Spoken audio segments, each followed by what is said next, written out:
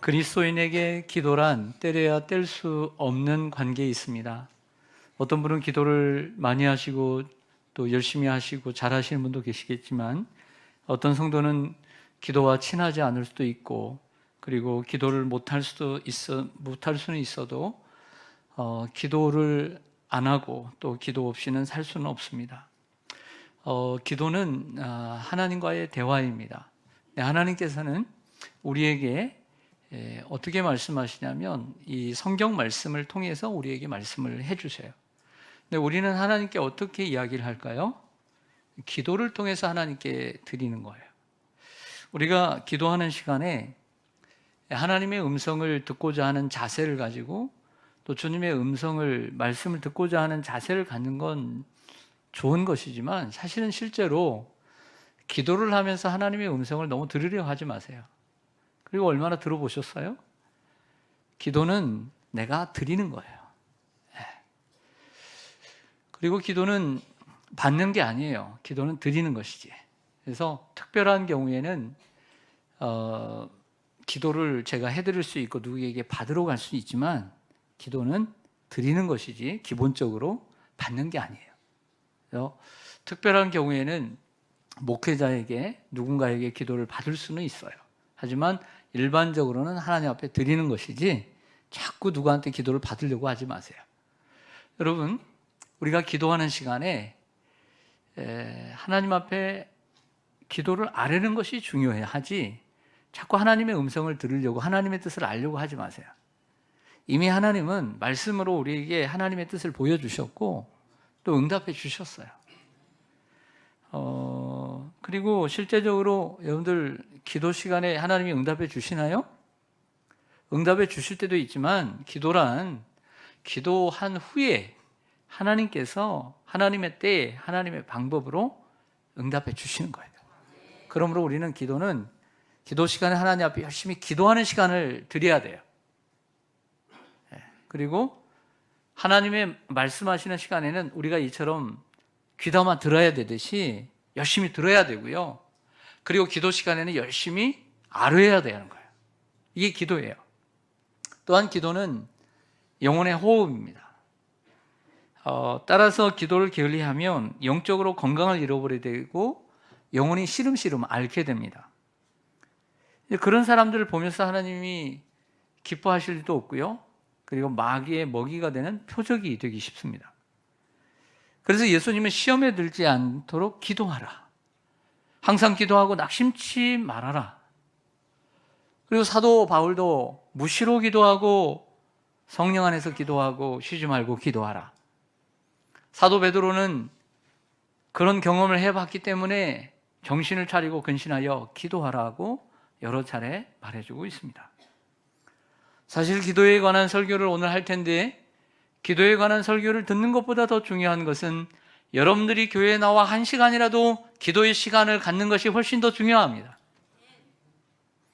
하지만 기도에 관한 설교를 듣는 것이 올바른 기도를 드리는 데 도움이 된다고 저는 믿습니다. 그래서 오늘 설교를 하게 되는 것이죠. 오늘 우리가 함께 나누게 될 에베소서 1장 15절, 19절은 성도들을 위한 바울의 감사와 기도입니다.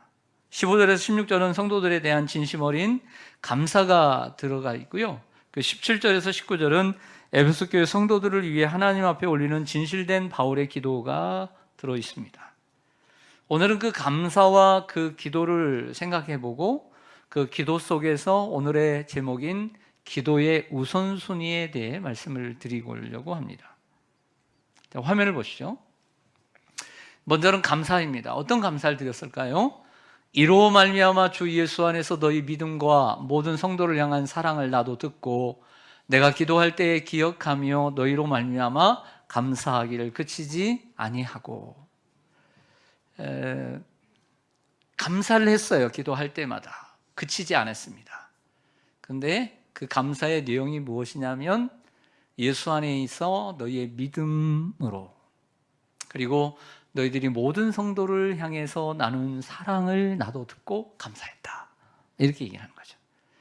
감사의 기도의 제목은 믿음과 사랑입니다. 그런데 여기서 시작하는 이로 말미암아라고 하는 이 첫 번째 단어는 앞에 본문의 말씀으로 말미암아라는 뜻으로 그런 까닭에라고 번역할 수 있습니다. 그런 까닭에. 우리가 앞에서 배웠던 게 무엇입니까?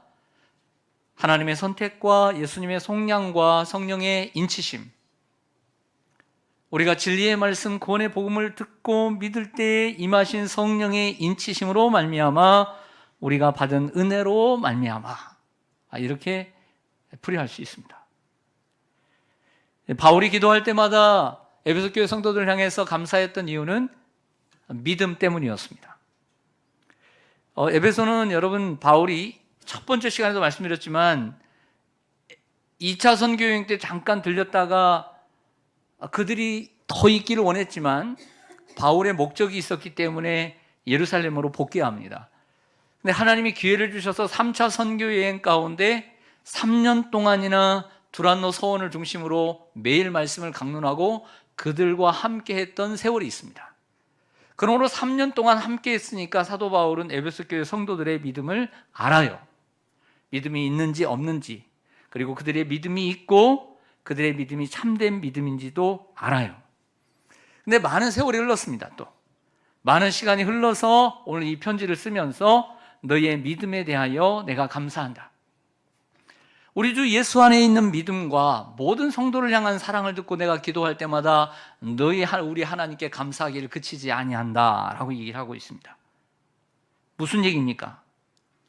사도 바울이 그들의 믿음이 진정한 믿음인 것을 알았고요, 그들과 함께 있을 때 그들의 믿음의 상태가 정체되거나 그 믿음이 떨어져 있거나 하지 않고 그때보다 그들의 믿음의 상태가 성장되어 있고 그리고 올라가 있음을 인하여 하나님 앞에 감사하는 것입니다.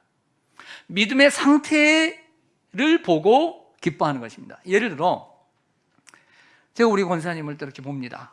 권사님 만난 지가 20여 년이 됐습니다. 근데 우리 권사님을 봤는데 어떤 믿음인 줄 압니다. 진정한 믿음인 줄 압니다. 열심히 기도했고 정말 열심히 주님을 섬겼습니다. 그분 안에 있는 믿음이 진정한 믿음이라는 것을 알고 있어요. 근데 그분이 20여 년의 세월이 흘러 주님을 섬기는 모습이 전과 같지 않다. 정체되어 있거나 떨어져 있다면 제가 그 권사님을 생각하고 하나님 앞에 기도할 때 여러분 마음속에 감사가 넘치겠어요? 근심이 넘치겠어요? 근심이 넘치죠. 반대로 사도 바울의 마음속에 에베소 교회 성도들을 향한 그 믿음에 대해서 감사가 넘친다라고 하는 것은 과거의 믿음의 상태가 아니라 현재 이 편지를 쓰고 있는 에베소 교회 성도들의 믿음의 상태가 떨어지지 않고 올라가 있고 성장하고 있고 건강하기 때문에 감사하고 있는 거예요. 할렐루야.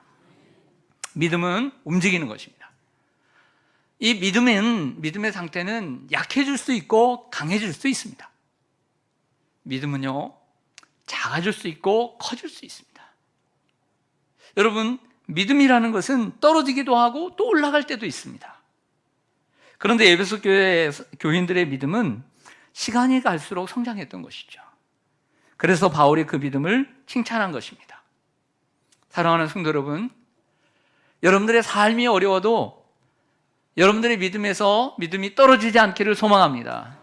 사람에게 실망해도 살아계신 하나님, 변치 않는 하나님, 신실하신 그 하나님에 대한 믿음은 여러분 흔들리지 않기를 원합니다. 몸이 아프고 물질적인 어려움을 당하여도 여러분들의 믿음이 말씀 위에 굳건히 세워지기를 소망합니다. 그래서 하나님께 칭찬받는 믿음이 되고 누군가가 여러분들을 생각하며 기도할 때에 근심으로 기도하지 말게 하시고 누군가가 여러분들을 생각해서 기도할 때 감사가 넘치게 해주세요. 할렐루야. 그런 사람 돼야 되지 않겠습니까? 그 사람이 비록 몸이 아프고 삶이 지금 어려운 거 알아요. 나이가 들어가고 고다는 거 알지만 그들의 믿음, 겉사람은 후패하지만 속사람은 날로 새로워가는 그 성도들을 보면서 하나님 앞에 감사하고 기뻐하고 영광 올려드리게 되는 것이죠. 바울이 감사한 또 하나의 이유는 무엇 때문이라고 그랬죠? 모든 성도를 향한 사랑 때문이라고 얘기하고 있습니다. 말씀만 있고 사랑이 없는 교회는 하나님이 원하시는 교회가 분명 아닐 것입니다. 진정한 믿음은 성도들을 사랑하고 하나님만 사랑한 것이 아니라 성도들을 사랑하고 더 나아가서 이웃을 사랑하는 대로 흘러가야 합니다. 여기서 모든 성도들이란 에베소 교회 안에 있는 성도들만을 가리키는 것이 아니라 주님의 몸된 모든 교회, 이 땅의 모든 교회 성도들을 향한 사랑이라고 말할 수가 있습니다. 우리 시온산교회는 여러분들 어떻게 생각할지 모르지만 저는 하나님의 사랑을 실천하기 위해 힘쓰는 교회라고 저는 생각합니다. 로마서 12장의 말처럼 즐거워하는 자들과 함께 즐거워하고 우는 자들과 함께 우는 교회입니다. 어려움을 당하는 성도를 위해 온 성도가 간절히 기도하고 진심으로 염려해 주고요, 격려해 주는 공동체입니다. 말로만 사랑하는 것이 아니라 더운 여름을 잘 날 수 있도록 그 성도들의 삶의 고단함을 알기 때문에 에어컨이 없는 가정에 에어컨을 설치해드리고, 어려움을 당하는 성도들에게 물질로 조금이나마 보탬이 되어드리고, 어려운 교회와 목회자들을 위해 소리를 들으면 협력에 힘쓰는 교회입니다. 구역원들과 기관 회원들 간에도 위로와 격려를 아끼지 않고 또한 친밀한 교제와 사랑을 실천하는 교회입니다. 어제도 아침부터 저도 저녁까지 교회에 있었는데 참 감사한 것은 교회가 넓은 공간 속에서 여기서 저기서 시끌시끌, 여기서 저기서 웃음이 넘쳐나고 성도들 간에 참 너무나 즐거워하는 모습, 그런 모습을 보면서 제가 제일 외로워 보여요. 성도님들이 많이 행복해 보여요. 그래서 행복해요. 우리 성도님들이 우리 정말 주님의 그늘 아래서, 교회 안에서 이처럼 많은 행복을 누리고 있구나, 너무 감사하고, 우리 성도님들이 교회 와서 쉴 곳이 있고 서로 교제를 나누는 모습을 보면서 너무 감사해요. 물론 어떤 분이 보기에는 우리 교회가 부족한 부분이 보일 수 있습니다. 하지만 그 부분조차도 저는 하나님께서 여러분들의 마음속에 주셨기 때문에 그 부족한 부분은 여러분들이 정말 채워가라고, 또 채워갈 수 있도록 여러분들의 눈에 보이게 한 줄로 믿습니다. 그래서 그런 모습들이 보인다면 여러분들이 채워주시기를 간절히 소망합니다. 오늘 크게 두 번째로, 첫 번째는 감사였는데요, 에베소 교회 성도들의 정체된 믿음이 아니고 떨어지는 믿음이 아니고 항상 성장하는 그 믿음의 상태를 보고 감사했고, 모든 성도들을 향한 사랑이 있어서 감사를 드렸습니다. 이제 오늘 더 중요한 주제인 기도에 대해서 말씀을 드리려고 합니다. 바울은 에베소 교회 성도들을 위해서 우리 성도들 사업이 잘 되고 정말 가정이 행복하고 자녀들은 교육이 너무나 잘 되어지고 아픈 분들은 나아지고, 이런 기도를 하지 않았습니다. 좋은 직장에 취업을 하고 또 원만한 사회생활을 할 수 있도록 그런 기도를 하지 않았습니다. 근데 그런 부분에서 보면 바울의 기도는 저의 기도와는 차원이 좀 많이 다른 것 같아요. 여러분들은 어떠세요? 기도의 차원이 다르고 내용적으로도 다르다는 생각이 듭니다. 그렇다면 바울의 기도와, 제가 이제 말씀드린 바울의 기도와 여러분들의 기도가 정말 차원이 얼마만큼 다르고 내용이 얼마만큼 다른가를 이해하기 위해서는 먼저 여러분들이 드리는 기도, 여러분들이 하는 기도가 무슨 기도를 여러분들 하십니까? 여러분들의 기도 속에 어떤 기도가 주 내용이고 우선순위입니까? 어떤 기도가 주를 이루고 있습니까? 그걸 먼저 생각해 보십시오. 떠올려 보시고 오늘 말씀을 참여해 주시기 바랍니다. 예수님께서는 제자들에게 기도를 가르쳐 주셨습니다. 너희는 이렇게 기도하라. 하늘에 계신 우리 아버지여, 이름이 거룩히 여김을 받으시오며 나라 임하옵시며 뜻이 하늘에서 이루어진 것 같이 땅에서도 이루어지이다. 오늘 우리에게 일용할 양식을 주옵시고 우리가 우리에게 죄 지은 자를 사하여 준 것 같이 우리의 죄를 사하여 주옵시고 우리를 시험에 들게 하지 마옵시고 다만 악에서 구하옵소서. 나라와 권세와 영광이 아버지께 영원히 있사옵나이다. 무엇을 구할 것을 말씀해 주셨습니다. 하나님의 나라와 하나님의 이름과 하나님의 뜻이 이 땅 가운데 이루어지기를 기도하고, 우리의 필요한 양식을 위해서 기도하고, 용서를 위해서 기도하고, 시험에 들지 않도록, 악에 빠지지 않도록 기도하라. 무엇을 구할 것을 가르쳐 주셨습니다. 그렇다면 바울은 에베소 교회 성도들을 위해 하나님께 무슨 기도를 드렸을까요? 보시죠. 에베소 1장 17절에 보면 우리 주 예수 그리스도의 하나님 영광의 아버지께서 지혜와 계시의 영을 너희에게 주사 하나님을 알게 하시고, 이것이었습니다. 따라서 하겠습니다. 지혜와 계시의 영을 너희에게 주사 하나님을 알게 하시고. 목적어는 하나님을 알게 하는 것입니다. 그런데 하나님을 알게 하는 부사구는 지혜와 계시의 영을 통해서 하나님을 알게 되는 것이죠. 둘 다 기도해야 합니다. 에베소 성도들을 위한 첫 번째 바울의 기도는 하나님을 알게 해달라는 기도입니다. 물어보겠습니다. 에베소 교회 성도들이 하나님을 지금 몰랐나요? 그렇죠. 알았죠. 이미 3차 선교여행 때 성경을 보면 매일 다른 두란노 소원에서도 2년 이상이나 강론을 했어요. 그럼 그들 하나님을 믿었어요, 안 믿었어요? 알아요, 몰라요? 알아요. 또한 그것은 좀 전에 말하고 있는 그들의 굳건한 믿음과 성도들을 향한 사랑으로 입증이 되었습니다. 하지만 하나님을 아는 지식이 지혜와 계시의 영을 통해 더욱 깊어지도록 기도하는 것이죠. 이것이 바울의 기도입니다. 좀 더 이해를 위해서 헤럴드 호너라고 하는 분의 글을 보여드리겠습니다. 가장 중요한 것은 하나님에 관한 정보가 아니라 그분을 인격적으로 친밀하게 아는 것이다. 누구나 뉴스 매체를 통해 국가 지도자에 대해 많은 정보를 알 수 있다. 하지만 이것은 그의 가족이 아는 것처럼 그를 인격적으로 아는 것과는 전혀 다르다.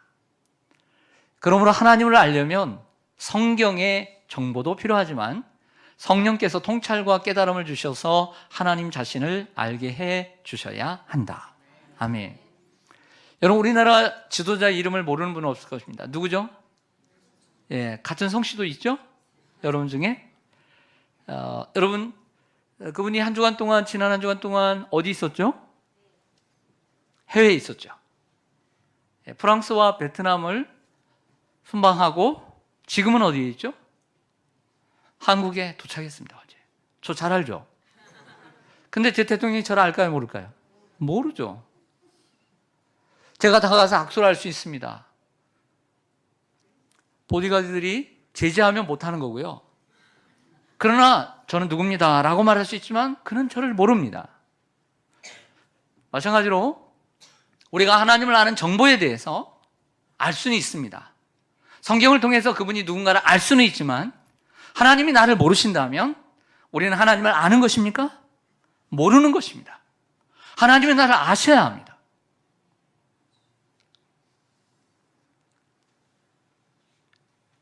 개인적으로 친밀하게 하는 것과 정보를 통해 아는 것은 다른 것입니다.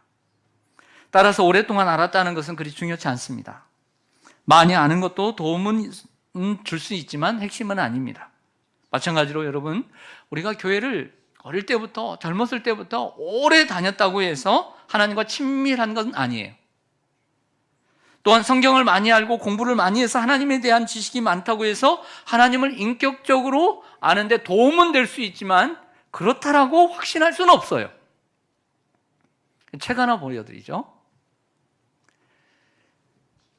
성공의 사제였던 제임스 패커가 쓴 하나님을 아는 지식입니다. 그가 몇 군데에서 강의했던 내용들을 모아서 책을 냈는데 상상외로 이 책은 세계적인 베스트셀러가 되어버렸습니다. 캐나다의 리젠트 칼리지에서 교수로 있었고 복음주의 가치 수호에도 앞장서 동성결혼에 찬성하던 캐나다 성공회에서 탈퇴하고 자신의 성공의 주교 면허까지도 반납했던 사람이에요.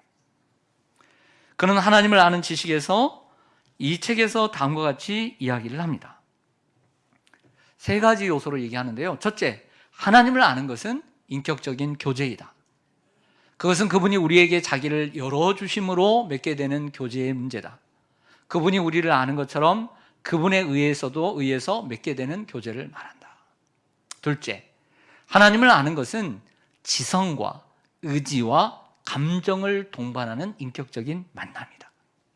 신자가 자기 하나님이 영광을 받고 옹호를 받으실 때 기뻐할 줄 아는 사람, 하나님이 조롱을 당하는 것을 볼 때 극도로 슬퍼할 줄 아는 사람, 마찬가지로 그리스도인은 자기 주님을 실망시켰음을 인정할 때 수치와 슬픔을 느끼는 것, 그런 것이 하나님을 아는 것이다라는 거예요. 네. 여러분들은 어때요? 하나님이 영광을 받을 때 너무나 기뻐하고 하나님이 조롱을 받을 때 너무 슬퍼하고 그러십니까? 셋째, 하나님을 아는 것은 은혜의 문제다. 그것은 주도권이 항상 하나님께 있는 관계이다. 내가 하나님을 안다는 사실이 아니라 그분이 나를 안다는 사실이다. 이 하나님을 아는 지식을 얘기하고 있지만 사실은 이 하나님을 안다는 것에 대해서 우리가 쉽게 얘기하고 분명하게 얘기한다는 것은 그렇게 간단한 얘기는 아닙니다. 그러나 하나님이 우리를 지금 우리가 배운 대로요, 에베소서 배운 대로 창세전에 하나님이 우리를 거룩하고 흠이 없게 하시려고 선택하시고 그의 아들들이 되게 하시려고 그분이 우리를 그의 뜻대로 예정하시고 그 뜻을 이루기 위해서 그의 아들 예수 그리스도를 십자가에 내어주심으로 우리를 속량해 주시고 그 진리의 복음을 우리가 듣고 믿을 때에 성령이 오셔서 우리를 인쳐주셔서 구원에 이르기까지 우리를 보증해 주셨다는 사실을 믿는다면 우리는 하나님의 자녀이고 하나님을 알고 있는 것입니다. 할렐루야. 하나님이 나를 알고 계신 것입니다. 그렇기 때문에 나를 선택하셨고 나를 구속하셨고 나를 성령으로 인쳐주신 거예요. 하나님이 나를 아는 거예요. 할렐루야. 이 확신을 갖기를 소망합니다. 나는 하나님이 아신다. 집에 가서 얘기하세요. 여보, 하나님이 나를 아셔. 엄마, 하나님이 나를 아셔. 그래서 하나님을 힘써 알아갈 거야. 이렇게 대답해야 돼요. 그럼 우리는 어떻게 되냐? 힘써 여호와를 알아가야 되는 거예요. 그러나 안타깝게도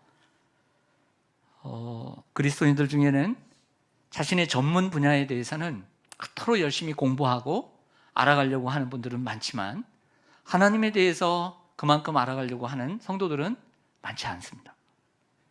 또한 유명한 연예인이나 어떤 유명한 그룹에 대해서는 해박하게 알면서 하나님을 아는 일에는 일도 관심이 없는 경우도 있을 수 있습니다.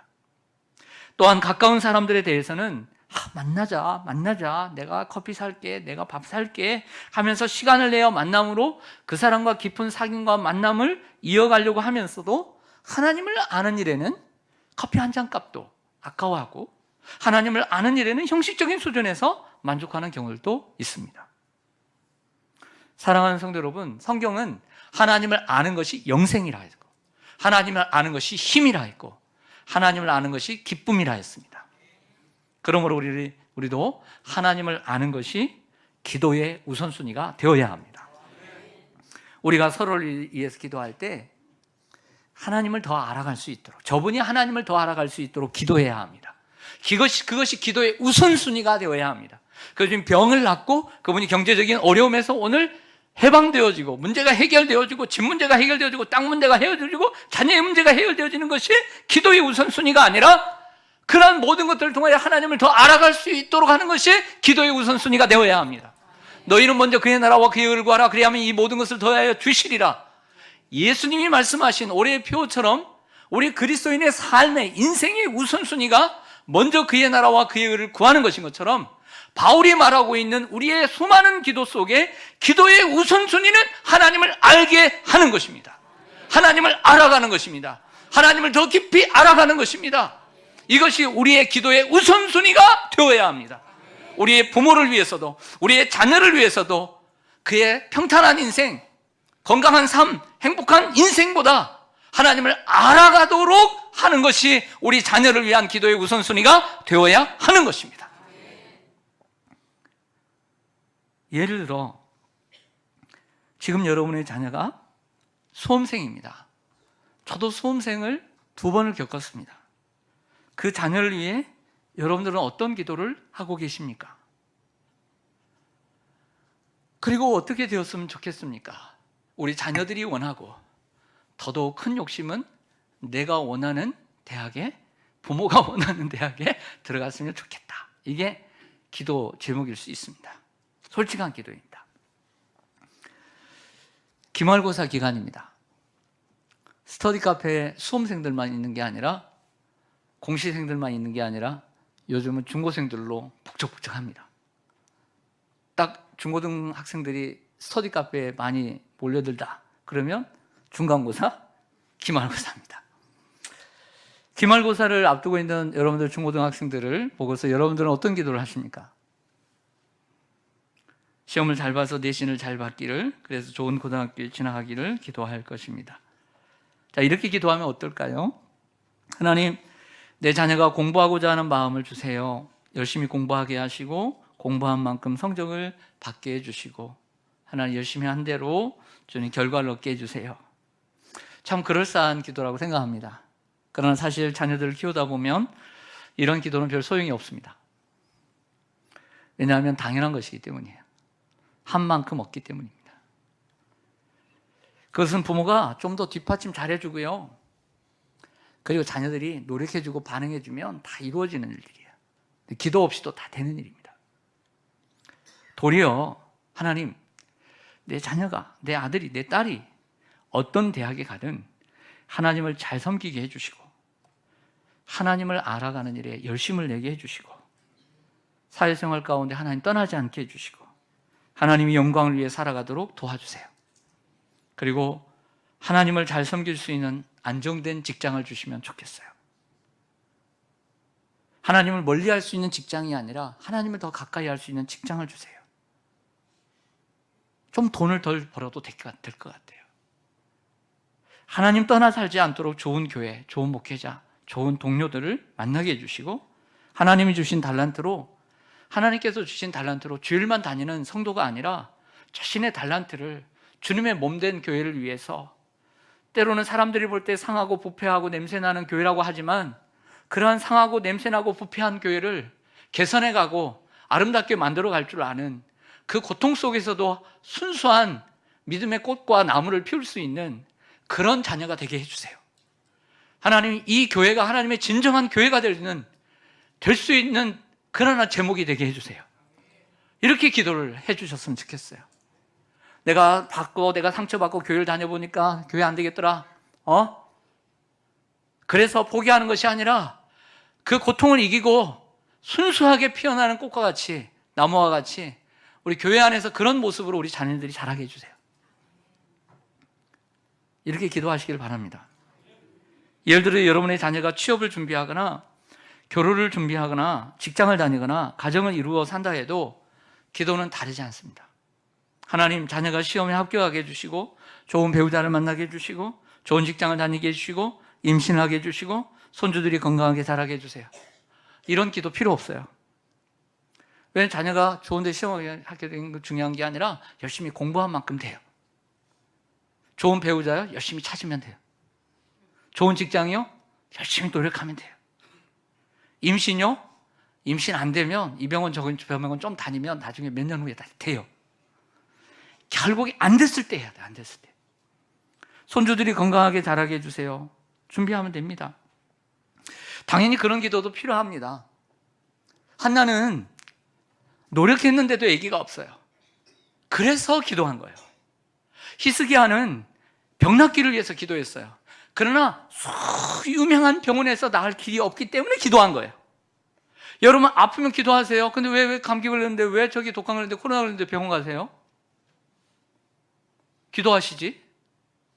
저는 아프면 병원 가요. 그렇지 않습니까?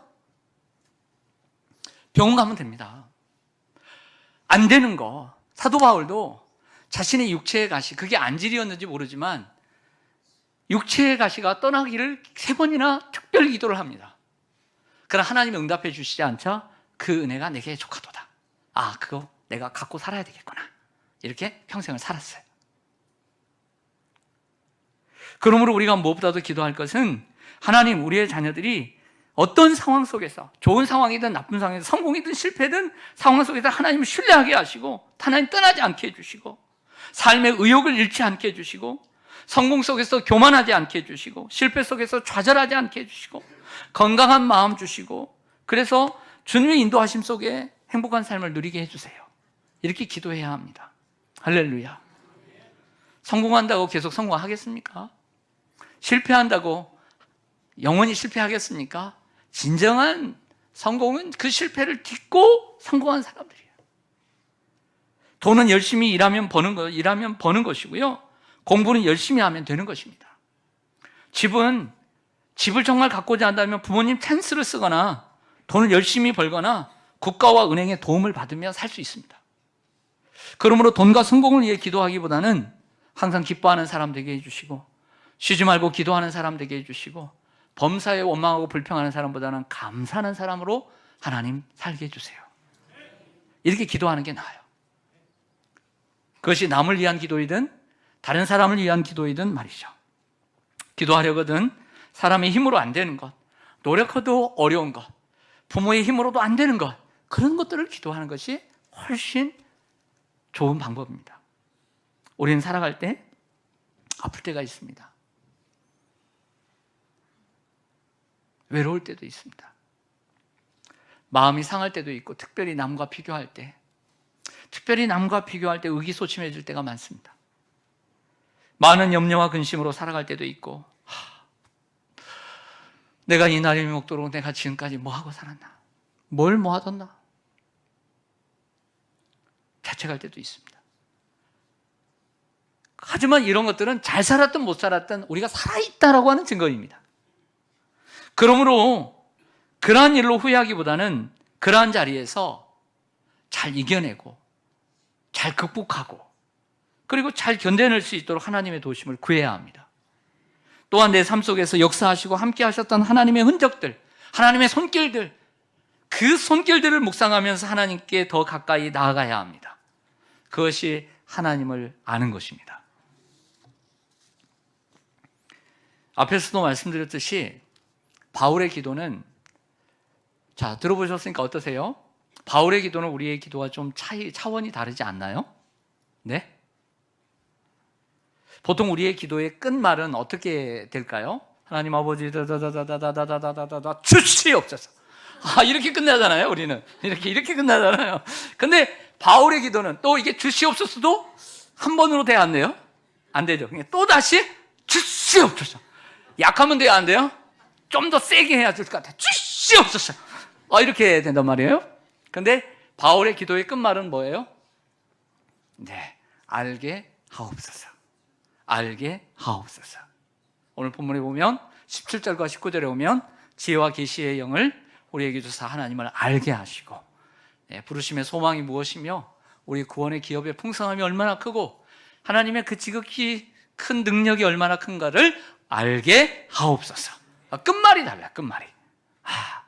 그만큼 아는 것이 얼마나 중요하고, 그 아는 것이 결국에는 깨닫는 거예요. 깨닫는 거.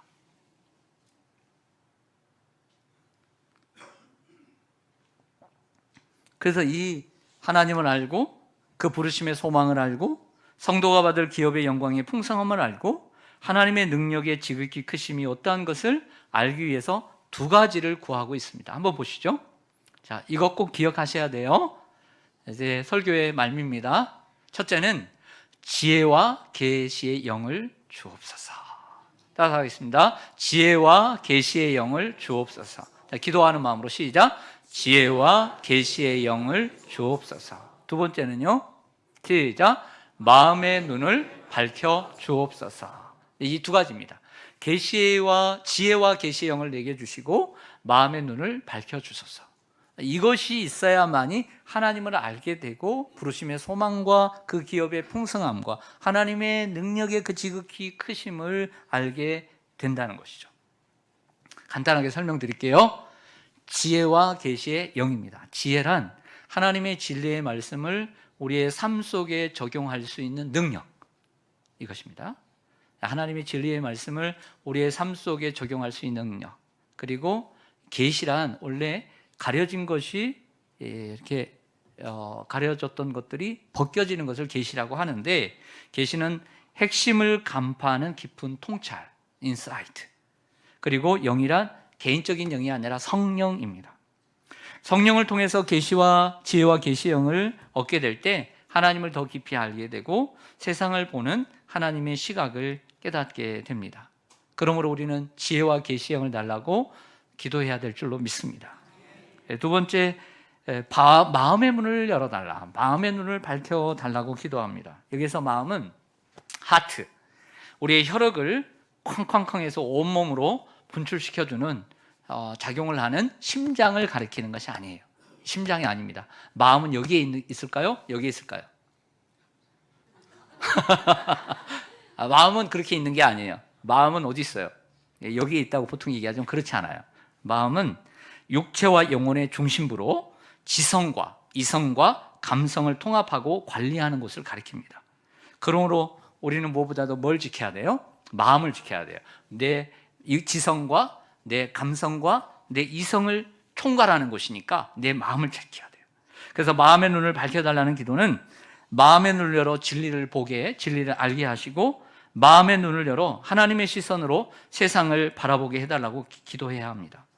그런 기도죠. 하나님께서는 환경을 바꾸기보다 우리의 마음을 바꾸시기를 원하십니다. 여러분 한번 생각해 보십시다. 10년 전에 기도했습니다. 하나님, 우리 집 환경을 바꿔주세요. 우리 남편을 하나님 바꿔주세요. 하나님, 우리 자식을 바꿔주세요. 기도했어요, 안 했어요? 솔직하게 얘기해요. 했어요, 안 했어요? 그럼 바뀌었어요, 안 바뀌었어요? 안 바뀌었죠. 기도를 잘못해서 그래요. 가슴을 찌면 회개하세요. 마음을 바꿔주세요. 따라서 마음을 바꿔주세요. 마음을 바꿔주세요. 마음을 바꿔주세요.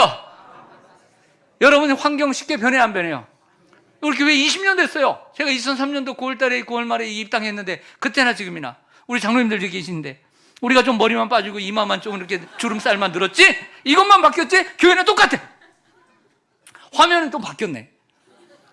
모니터는 좀 커지고 이것만 바뀌었지? 똑같아. 환경은 변하지 않아요. 정말 환경은 변하기 힘들어요. 사람도 변하기 힘들어. 그러나 마음이 바뀌면 좋아지는 거예요. 할렐루야. 내 마음이 짜증이 많이 나고 요즘 어렵고 모든 게 원망하게 불평할 때 그것부터 바라보지 말고요. 하나님, 내 마음 만져주세요. 내 마음 성령으로 바꿔주세요. 하나님은 또한 여러분의 환경을 바뀌기보다는 마음을 바뀌기를 원하세요. 마음의 눈을 열면 보이는 거예요. 지혜와 계시의 영을 주시고 마음의 눈을 밝혀달라는 이 두 가지의 기도를 통해 하나님을 알아가고 영적 진리를 깨달아가는 여러분 되시기를 바라고요. 다시 한번 마지막으로 원하는 것은 예수님께서는 그리스도인의 삶의 우선순위를 마태복음 6장 33절을 통해서 말씀하신 것처럼 바울은 다른 기도들을 하지 말라는 게 아니에요. 자녀를 좀 달라고 병이 낫기를, 건강하기를 기도해야 돼요. 근데 이 병은 저 병은 안 다녀도 안 되는 거, 그런 거 기도해야 돼. 그런 거죠. 감기는 어서 병원 갔다 오면 돼요. 안 되는 거 기도해야 돼요. 자녀 내가 뜯어 고칠 수가 없잖아요. 안 되잖아요. 그런 거 기도해야 돼요. 그러나 무엇보다도 모든 기도의 우선순위는 하나님, 우리 서로를 위해서 기도할 때 하나님을 더 알아가게 해주세요. 하나님을 아는 지식에서 자라게 해주세요. 그런 기도가 우선순위가 되어야 한다. 그것이 바울의 기도의 우선순위였다. 할렐루야. 그래서 늘 기도할 때마다 기도의 우선순위 잊지 말고 기도하자. 그러면 하면서 훈련이 되어지고 내 삶이 또 다시 원점으로 돌아가요. 다시 또 알게 해달라는 기도 놓고 주시옵소서, 또 그 기도만 또 돌아가. 자꾸 돌아가는 것을 좀 땡겨서 알아가는 것과 달라는 기도를 좀 균형 있게, 먼저와 나중을 균형 있게 할 때 우리의 기도가 좀 더 하나님이 기뻐하시는 성숙한 기도로 나아가게 될 줄로 믿습니다. 아멘.